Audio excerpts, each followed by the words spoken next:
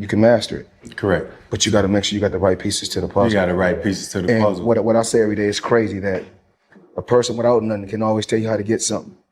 You know, just like I said, a virgin can tell you how to have. It's always somebody that's not in a certain place that can give you advice on how to get there. And I disagree with those. Like I said, those are liabilities. What we just talked about a little while ago. A guy, it's like somebody telling Alex how to hit a baseball, but they never played baseball or been on a baseball field.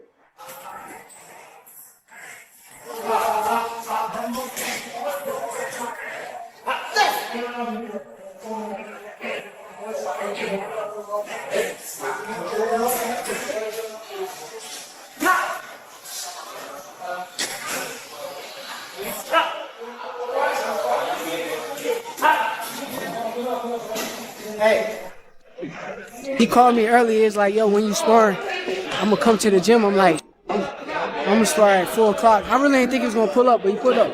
It means everything. His advice and listening to him in the ring. He calling out little shit.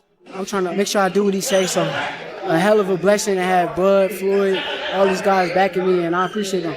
I'm just trying to keep pushing and keep getting better and better. So Floyd Mayweather just dropped some shocking details about what really went down when Shakur Stevenson was getting ready to face Teofimo Lopez. And boxing fans are going crazy over these revelations.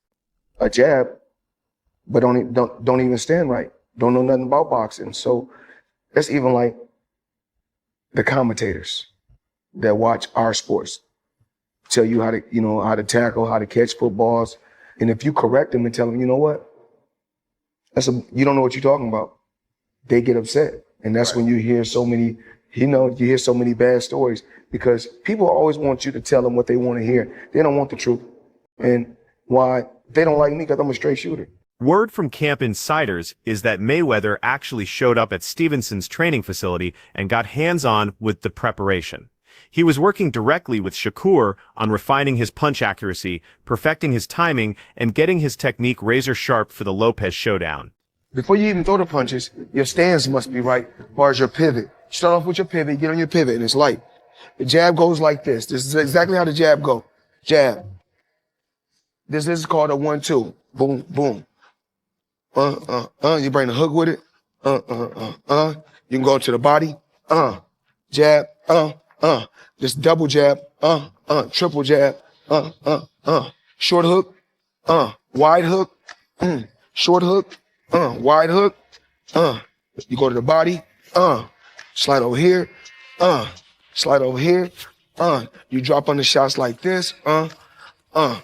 You go here. Here. Here. Back with the jab. Down to the body. Here's what's interesting about Stevenson's approach to camp life. The guy is absolutely obsessed with sparring sessions, says they're what he lives for during training. But it's not just about the sparring, though. His whole camp revolves around perfecting movement patterns, working defensive instincts until they're automatic, and mastering range management. They're putting in endless rounds focused purely on timing perfection instead of hunting for knockout power. I didn't think an extra hour or anything was going to make a difference because of the fact that I've been doing it all week. The 6 in the morning, the day before, I've been going super hard for the weight. I'm a real fighter at the end of the day, so I wasn't trying to make a stand for a fighter. I was just... He got picked on the world team. Every 2.5 years, he's gained weight. He moved up in weight. So, like, the weight gain and him going now is part of his natural growth process been going on. And so, I think he's more adjusted and he feels much more comfortable in having to lose so well. Shakur's whole philosophy comes down to this. He wants to eliminate the wild unpredictability from every fight and make his opponents fight exactly how he wants them to fight.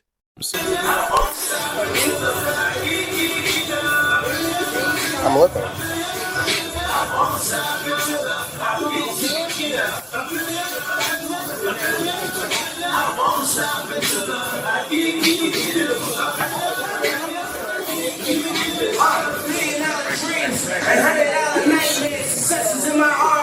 I can see it right there. I just gotta grab it. The earth.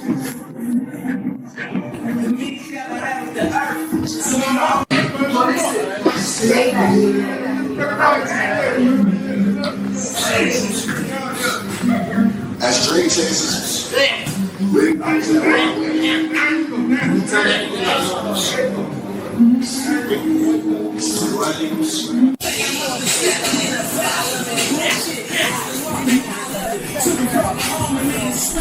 Here's where things get really interesting. Multiple sources are now confirming that Shakur brought in Terrence Crawford as a training partner, specifically for this Lopez preparation. Stevenson has been completely locked in, absorbing every single piece of advice Corp throws his way. With Terrence Bud Crawford, definitely a hell of an experience. You get that type of knowledge, that type of IQ. I look up to Bud a lot. Honestly, he one of the realest dudes that I done met. He's still a normal person in his head. Like, he don't believe that he's above everyone else. And that's how I feel about myself. You see me around a lot. Oh, no. Don't act like you ain't seen me around them days. He said Bud, come on. Terrence talking, I try not to talk back. I try to just listen. Straight, boom, straight shot. Like right here, boom, there you go. But you gotta make sure you step. Bam. That's when the motherfucker trying to run out. When the motherfucker trying to run, bam, there you go. Even if I don't feel the same way that he feeling at the moment, it don't matter. I still want to hear him out and try to understand what he's saying. If you hear, only thing he can throw is a hook because you out the way of the right hand. He like a sponge. He soak up everything that he need to soak up, put it into his arsenal, and then he make the best out of everything that he learned from everybody. Then throw it straight left to the body. At the end of the day, you don't want to feel like a know-it-all. And the people that know it all are the people that don't go very far. You got to always be a student. You got to always be able to learn and pick up things from this person, that person. He's a work of art. The sky is the limit with Shakur. He got the boxing skills and the ability to, do whatever he wants in the ring.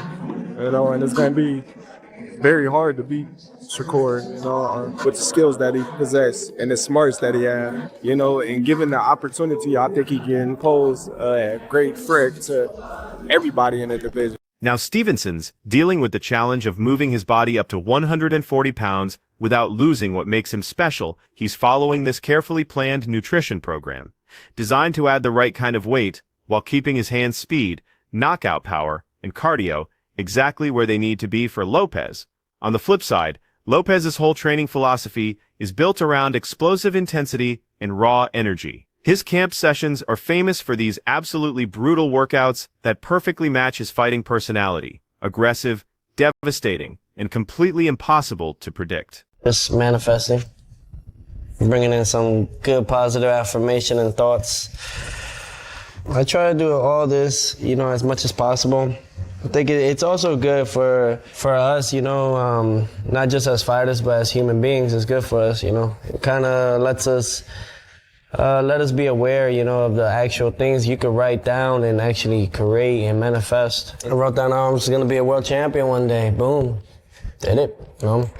I wrote that I was going to be one of the best fighters to live up this time, and boom, we're doing it. What's it like hanging with this guy? He seems pretty awesome. It's incredible, man. He's definitely a special human being, in everything he does, in the boxing gym.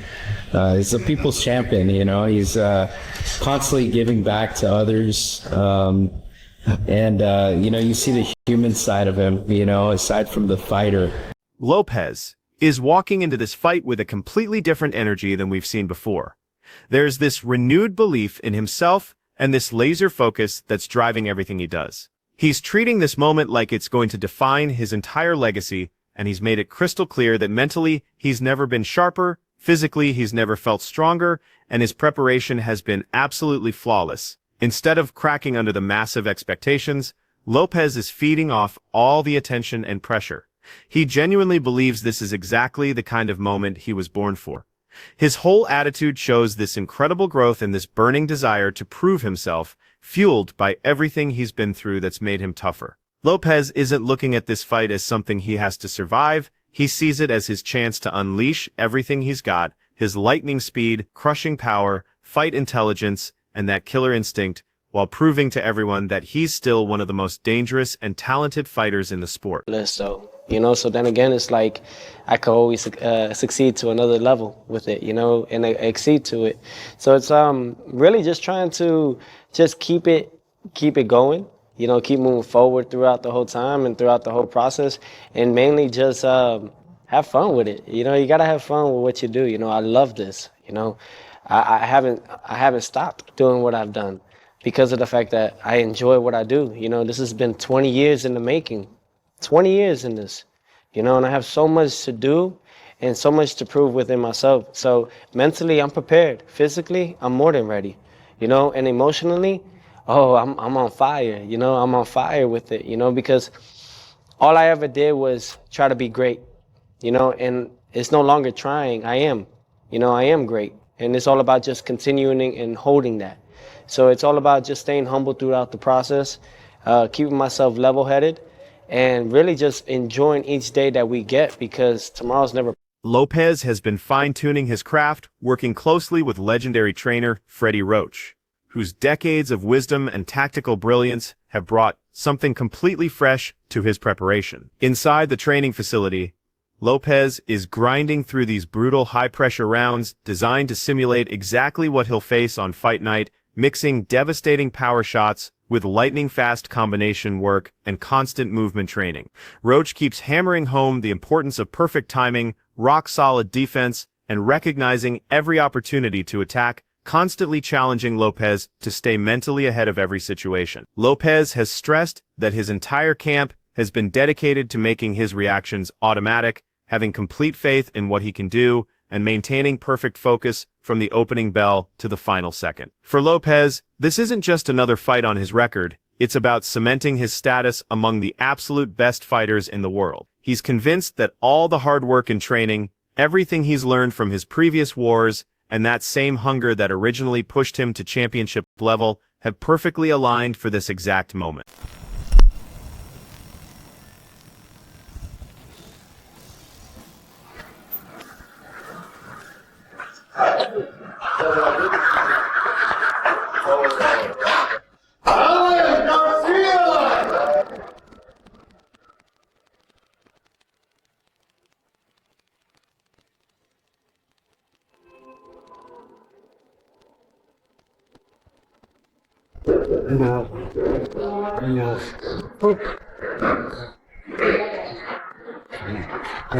That open.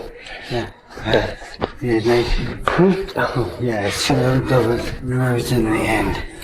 The temple does. Get up a little higher. Do it right hand. That's it. Right hand.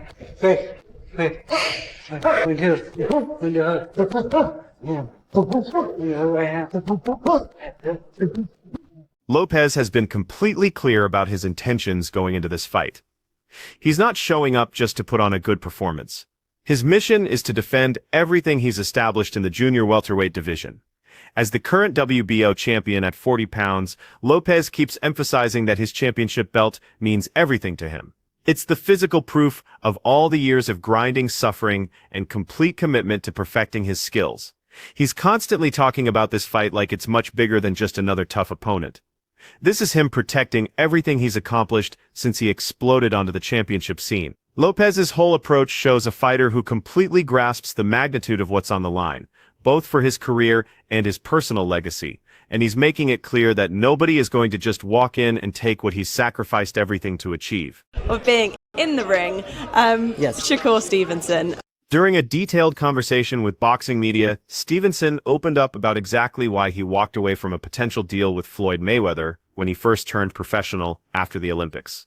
His decision came down to three crucial factors: getting proper respect, having a clear vision for his future, and being able to control his own fighter identity. Back when Mayweather made his initial approach following Stevenson's 2016 Olympic performance, Shakur noticed that his placement on promotional materials made him look secondary and less important, which didn't match his self-worth or his championship goals. This made him seriously doubt whether Mayweather's team would truly prioritize his development. On top of the marketing concerns, Stevenson realized he wasn't willing to completely change his approach to match Mayweather's system, and he wanted to stick with a development plan that felt authentic to his own style and team structure. In the end, he decided to join Top Rank because they presented him with a much more direct path to title shots while giving him the respect and prominent treatment he knew he had earned. Stevenson went deeper into his reasoning, explaining that Mayweather's offer required him to completely restructure his entire approach, and that just didn't sit right with him. According to Stevenson, Mayweather wanted to bring him into a system that would mean cutting ties with the coaches and advisors he trusted most, and he refused to abandon his own successful methods just to fit into someone else's blueprint. Stevenson emphasized that he was determined to build his career his own way with the people he had complete faith in, which led him to choose a promotional situation that gave him the independence and star treatment he believed he had earned. Hearing that you did link up today, a face-off happened between the two of you? Face-off happened, things of that nature, just to create the things that are in motion already. So we're really adamant about fighting each other next, and I can't wait for us to really lace it up. And I see him across the ring, and really when that bell rings, lights out for him. What's it like seeing him now kind of face to face? When you look at him, what do you see? Because obviously you're not locked in just yet, and the closer it gets to a fight, obviously things turn a little bit. But when you do look at Shakur, what do you think of him? I think I don't think too much of it. I think that he believes in himself. That's one thing. But I'm here to destroy his dreams and all that he wants to do and become. You can't take this from me. I worked very hard for it. I've bled for this. And I'm not taking nothing from him. But I just believe that what's gonna happen next is for destiny in the boxing ring to decide. Stevenson has laid out his complete tactical approach for handling Lopez, and it's all built around domination, both mentally and physically. Shakur is convinced that the secret to victory is getting inside Lopez's head by completely shutting down his natural flow and eliminating his comfort zone. Through constant movement, deceptive feints, and surgical counterpunching, his plan is to make Lopez swing at air repeatedly from the very beginning, pushing him into desperation and destroying his composure. Every slick defensive move and perfect counterattack is calculated to slowly destroy Lopez's belief in himself as each round passes. Stevenson's entire game plan revolves around imposing his will through discipline, patience, and superior boxing intelligence, with the goal of slowing everything down and making Lopez fight a completely uncomfortable style. His strategy is to control every aspect of the fight, from distance to timing to pace, making sure that every single exchange reinforces his dominance inside the ring. By staying completely composed, defensively perfect, and tactically smart, Shakur is confident he can systematically break down Lopez's mental state before dismantling him technically. He's banking on the idea that as Lopez gets more and more frustrated trying to find clean openings that don't exist, he'll start making the kind of critical errors that create opportunities. Once Stevenson establishes that psychological advantage, he expects to completely take over the fight, letting his precision striking, perfect timing, and superior ring intelligence dictate exactly how everything unfolds from the opening round to the final bell. The Olympics, I mean, like I said, I watched the whole Olympics. That was a moment, and like I said, at this point, I think that's when everybody really started hearing about you. Like, once the Olympics came about, and Floyd flew out there to go see. Floyd was all on you that whole weekend. Just outside looking in, I guess everybody was surprised that you ain't signed with Floyd, because it just felt like niggas is like, oh, he the next Floyd. Floyd, he courting you. Yeah. What you feel like? What was it that made you like, not do a deal with Floyd? See, look, like, a lot of people look at that situation, they be like, yeah, you should have like went with Floyd.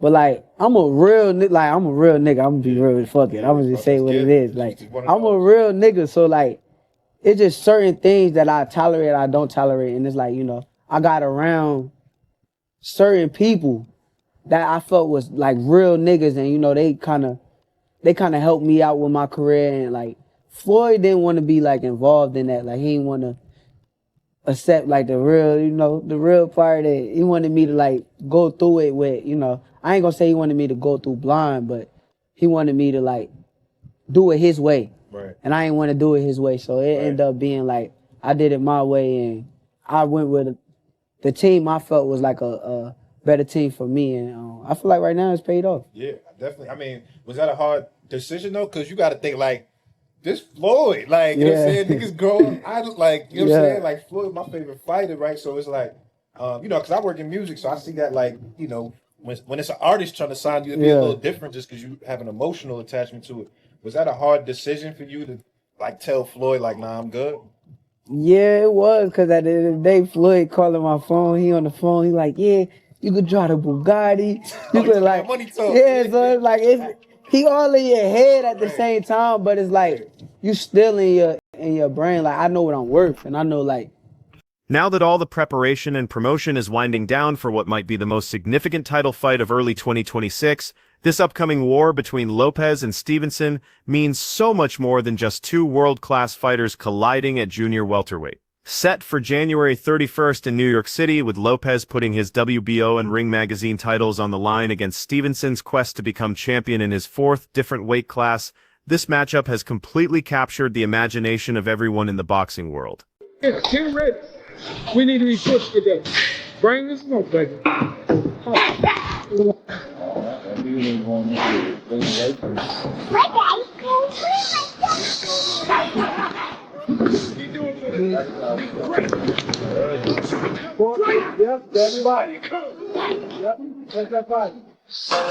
And I think this the year where I'm gonna make them hate me even more.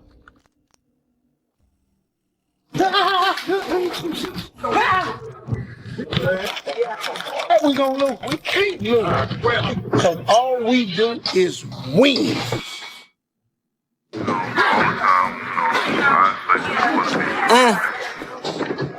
You already know what I was popping pills with him, been falling back from Killadell, cause I might try drill the shit. What's your take on this whole situation? Do you think Stevenson's technical mastery and slick movement will get under Lopez's skin and lead him to a statement victory? Let me know what you're thinking in the comments section. Going at it again. Yeah, I think Devin Haney setting the trend. Devin Haney setting the trend. Yeah.